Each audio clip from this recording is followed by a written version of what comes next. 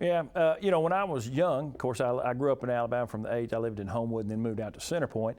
And, of course, during the mid-'70s, the '70s, when Alabama was just number one and, won the SEC. So moved out to Texas, and then we ended up moving to Atlanta.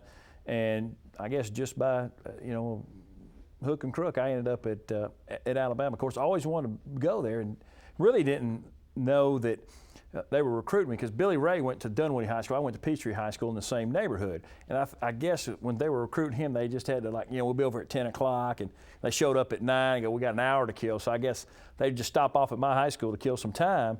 And they ended up recruiting me. And I'll never forget Coach Perkins one time. He went to see Billy Ray play a football game, and I think it was early in the year. And I'll never forget that he was in line getting a Coke, and me and my teammates were kind of behind him.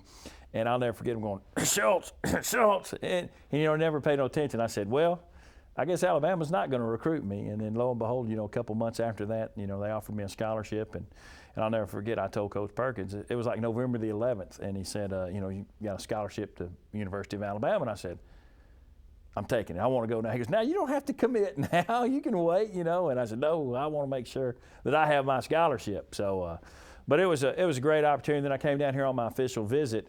And I had such a great time with guys that were going to be future, teammates. And I knew from that time that, the bond that we shared on that recruiting trip, because I went to Duke and I didn't feel that. I went to Ohio State, didn't fit Mississippi State. That basically, I went on a Sunday through a Tuesday, and the whole team came and ate off my meal card or whatever. And I said, man, they don't even feed the guys over here at Mississippi State.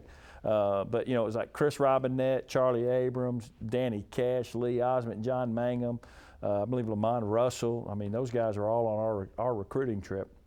And it was just, just one of those things that I knew this was, the place that I wanted to be. Of course, growing up an Alabama fan, and, you work so hard, and man, when it finally becomes a reality, it's unbelievable. I'm glad to be a part of it.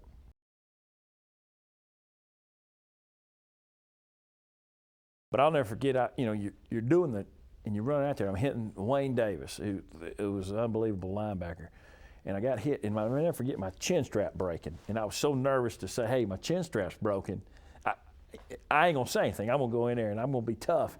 And so my chin strap's broken, and I snapped the ball one more time, and he, kind of forearm shivers in my face with that metal hitting my nose and my mouth and my teeth at one time. I thought, oh, this is painful. But luckily, Coach Perkins, believe it or not, everybody thinks he's a mean guy, but he was nice enough to let me get out and fix my chin strap. And but not long, 2 plays, and I was back in there. So that's what I remember first. And I remember Joe Godwin, who was a linebacker at the time, he came in with a beard.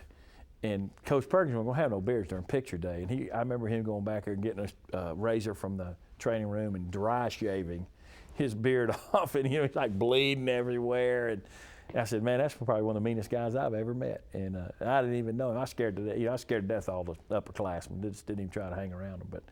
But those are some of my, the memories. I mean, it was always good. I mean, I remember we started off as they took a bunch of the young freshmen and walk-on guys down there to run at the linebackers at full speed. Coach Kynes, who was the linebacker coach then, who's a linebacker or defense coordinator now, was basically, I want you to run full speed at the linebacker and hit them. And I guess I'm an idiot. I thought that was like a reward, like, hey, these guys, I'm honored to be down here doing that. Well, as the season progressed, I guess some of these guys figured out that wasn't any fun. And literally, by the end of the season, I was the only guy going down there running straight at the linebackers. Joe Godwin and Wayne Davis and Cornelius Bennett and those guys. And so I probably wasn't the brightest guy, but it was fun. I thought it was fun. And I guess it helped me later on in my career.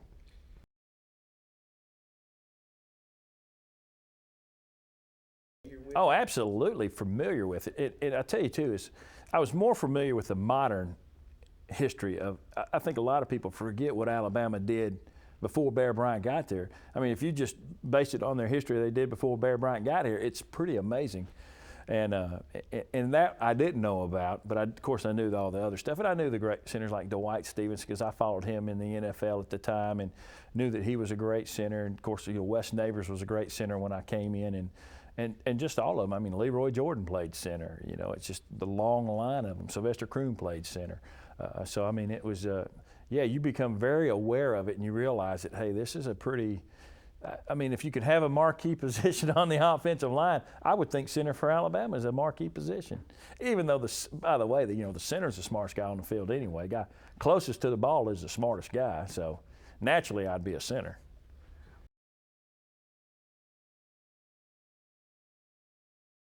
Coach Perkins, one, I think is a great coach because he gave me an opportunity to be a part of Alabama and be a part of their history. And for him, I'm always grateful for that. It's kind of funny is I saw him at the John Croyle Big Oak Boys Ranch golf tournament last year, and we were out at North River.